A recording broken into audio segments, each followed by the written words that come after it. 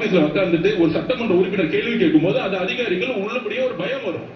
இல்ல வீட்டுக்குள்ளேயே உட்கார்ந்துகிட்டு நம்ம ஒரு அரசியல் செய்ய முடியாது. மக்களுடைய தேவைகளை ஒவ்வொரு தெருவா செய்யணும். அதுக்குதான் இந்த தவிர இது ஆடம்பரம் கிடையாது. எதிர்கட்சி தலைவருடைய நிலைப்பாடுல நாங்களும் இருக்கோம். யார் யாருக்கெல்லாம் கார்டு இருக்கு அவங்க ஆட்டோமேட்டிக்கா யாரும் அப்ளை பண்ண போறது இல்லை. ஆனா ஒரு முதலமைச்சருடைய அறிவிப்பு பொதுவான அறிவிப்பா தான் இருக்க முடியும். இதுதான் ஒரு அரசுடைய புரோட்டோகால். இப்ப மாண்புமிகு எதிர்கட்சி தலைவர்கிட்ட 2-3 வீடு இருக்கு. ஆனா அரசு பங்களால இருக்கிறாருல்ல, அவர் லெட்டர் என்கிட்ட தான் கொடுத்தாரு. பொதுப்பணித்துறை அமைச்சரா என்கிட்ட தான் கொடுத்தாரு. எனக்கு அரசு துறையுடைய பங்களா வேண்டும் கொடுத்தாரு. உடனே நம்ம கேட்க முடியுமா? மாண்பு எதிர்கட்சி தலைவருக்கு 2-3 பங்களா இருக்கு, அதனால அரசு துறை பங்களா கொடுக்க மாட்டோம்னு சொல்ல முடியுமா?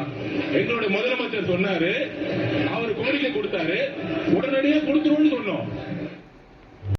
மாற்றப்பட்டு தமிழக வெற்றி கழகத்தில் யார் யாருக்கெல்லாம் கார் இருக்காங்களோ நாங்க யாருமே கார் கேட்க போறது இல்லை. இதுதான் எங்களுடைய நிலைப்பாடும். அதுதான் எங்களுடைய நிலைப்பாடும். எங்ககிட்ட 2-3 கார் இருக்கு. நாங்க போய் சட்டமன்ற உறுப்பினர் கார் கேட்க போறது இல்ல. சொந்த வீடு இல்லாதவங்க இருக்காங்க, கார் இல்லாம இருக்காங்க. அது மாதிரி மற்ற கட்சிகளையும் ஜாவேக்கா மட்டும் இல்ல, எல்லா கட்சியும் கம்யூனிஸ்ட் தோழர்கள் அங்கிருந்து வராங்க. அந்த மாரிமுத்து அண்ணா கிட்ட கார் கிடையாது. இதுதான் கம்யூனிஸ்ட் தோழர்களுடைய நிலைப்பாடு.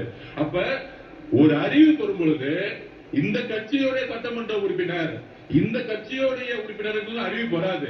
முதலமைச்சர் பொதுவா எல்லோருக்கும் ஒரு அறிவிப்பு கொடுக்கிறாரு. அதுல தமிழக வெற்றி கழகத்தோட நிலைப்பாடு ஏற்கனவே காருக்கு அப்ளை பண்ண மாட்டாங்க. இதுதான் நிலைப்பாடு.